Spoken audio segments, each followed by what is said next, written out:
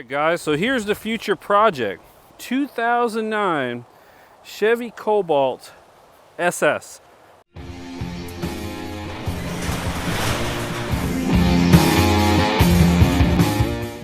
Hey Gearheads, welcome back to the channel. So I want to give you guys a little bit of a pre-holiday update, what we got going on with the T-bucket behind us there.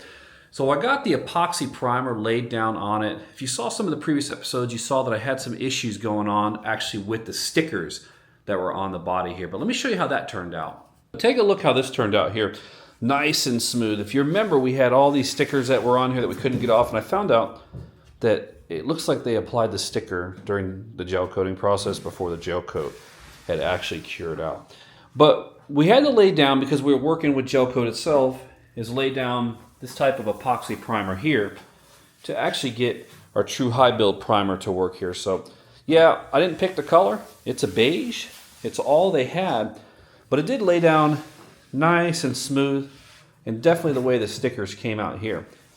Now take a peek at the trunk lid. Remember how bad this trunk lid was actually set up here? So we got all the stickers off, all that. Same thing here. Somebody applied the skew stickers to the trunk lid when it was still curing, and it stuck in. So it was really divoted and pitted after I got a razor blade and got it all nice and cleaned up. And especially the edges here were nice and well done after I got it all sanded down. Now I got some stuff in too for when it comes time to paint. So for the interior of the bucket, we're actually going to go with a Raptor liner on the inside. It came with a nice little spray gun, kind of a two-part system. And I wanted to do something a little different on the inside besides carpet itself. I just wanted that bed liner look, and then we'll spray over the bed liner again to give it nice, more of a kind of a shinier look. Now, here's the fun part. Got our wiring harness in. And this thing is pretty extreme. So we went with a 12 circuit style here. Nothing too crazy, but it's got a little more than what we're actually gonna need there. So we'll have this ready for after the paint and prep and all that, and we'll get that put in as well. I got most of the stuff taped up over here as well too. So we're still working on the T-bucket. I was doing a little bit of electrical work down in here trying to get this part kind of figured out and get it cleaned up. So we'll get this all covered again so we don't get any overspray on that. So you didn't think I was gonna leave you hanging on the paint color now. So I did kind of slightly, discreetly mention it, and I'm sure you guys have figured it out now considering the route that I'm going on the bucket with the patina. But we're going with a General Motors black for this one. Now, we're not just gonna do any old black color here.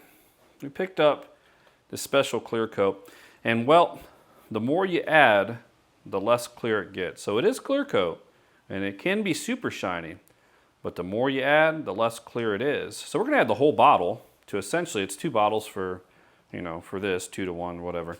And we're gonna get a nice flat black, but we're gonna have a nice clean color to it. So it'll still be protected with the base coat. It won't start becoming all chalky in about a year or so under the Florida sun, but it'll look pretty neat. And it'll really match, you know, again, the color, the patina, the rust kind of style we're going for there. Actually, here's really a good example I mentioned in some other episodes. So this is really what the paint's gonna look like. Satin black, flat black, Harley denim black, whatever you wanna call it. It's black. Hard to maintain. Surprisingly, you actually clean this stuff with Windex. It looks really good when it's actually clean. It is dirty right now, so, you know, don't judge me. Don't judge me. When it sits outside for about an hour or so after you clean it, this is actually what it looks like. It's very hard to keep clean, but boy, when it is clean, on a nice chrome metal background, it's gonna look nice. So we are nearing the end, and I teamed up with a company called GsTPAutoparts. As you know, T-buckets are pretty expensive, right? So they sent me some cool stuff that we do have to install. Well, we're gonna check it out first, then we'll probably install it. Let's take a little peek though. I wanted to do a nice little fuel filter for the motor, and I wasn't looking for anything janky, honestly. I'm not big on the paper filters that come out. So we ended up getting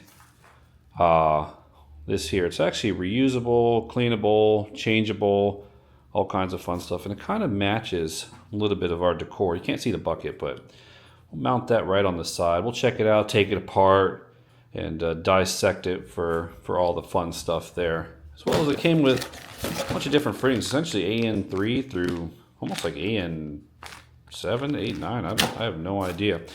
The other thing too is we're gonna have to bust out the powder coater, but we end up getting a coolant catch can. Now, yeah, I could probably use a Bud Light bottle for this one, but everybody's using a damn beer can on their T-buckets for their catch cans. So probably gonna clean this up, powder coat it nice flat. We actually might just do Raptor liner for this here, because the shininess isn't really gonna match what we got going on, but this will look good right on the side of the bucket, or even kind of somewhere near the side of the frame somewhere. We'll get that installed right after the holidays there. So we still do have a lot of stuff to do. Paint, prep, bucket, man. But let's go talk about the new build that's coming up.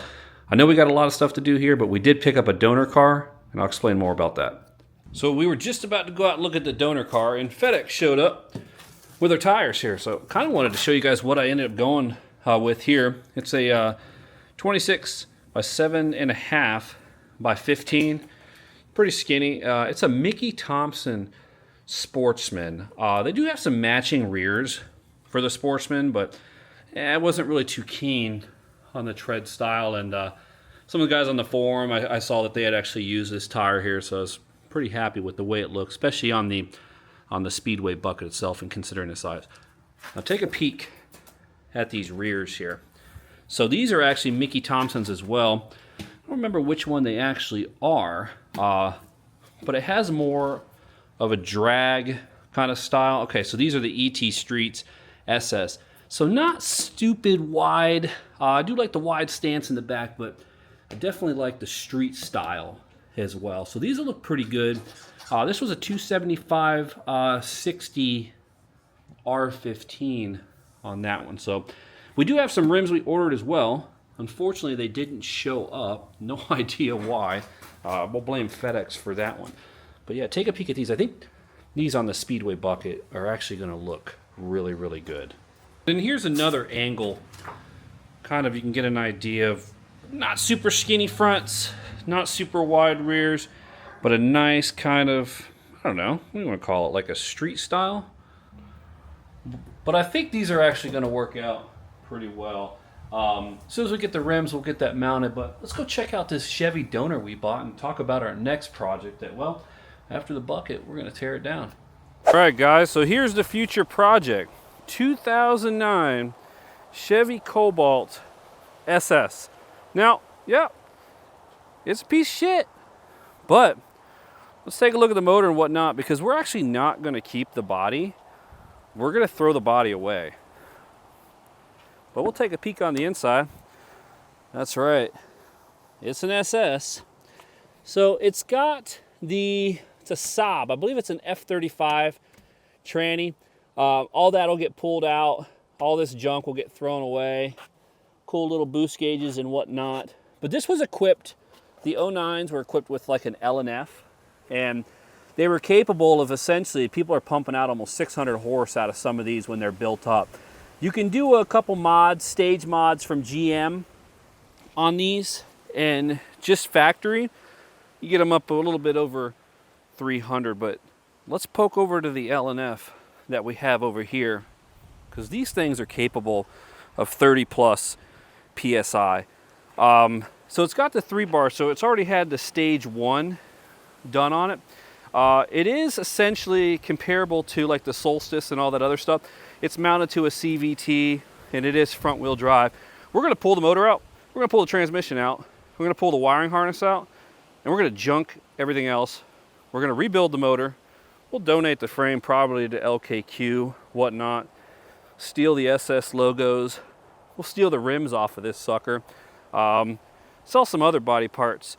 And we're gonna build what's called a DFGOBLIN. It's a street legal race car that's essentially over 300 horse, and well, it weighs only like 1,300 pounds. So imagine that, 1,300 pounds, 30 PSI worth of boost. Yeah, it's gonna be pretty wicked.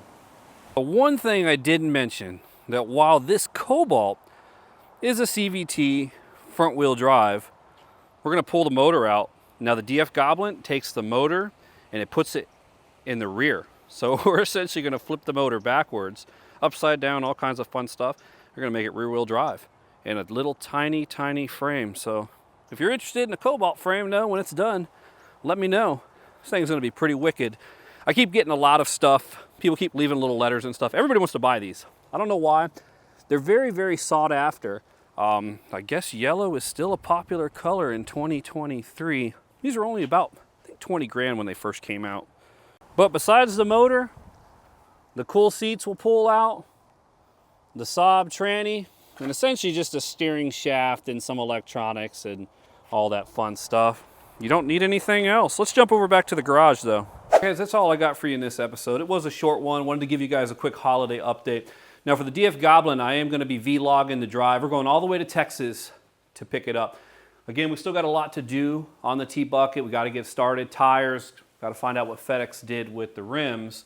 But we got parts scattered everywhere. So once we get this thing out of the garage, get it running, get it ripping on it, all that fun stuff, we're going to start on a new project. So catch you guys after the holidays. Follow the channel, hit the like and subscribe, help the algorithm, all that fun stuff. I'll see you in 2024.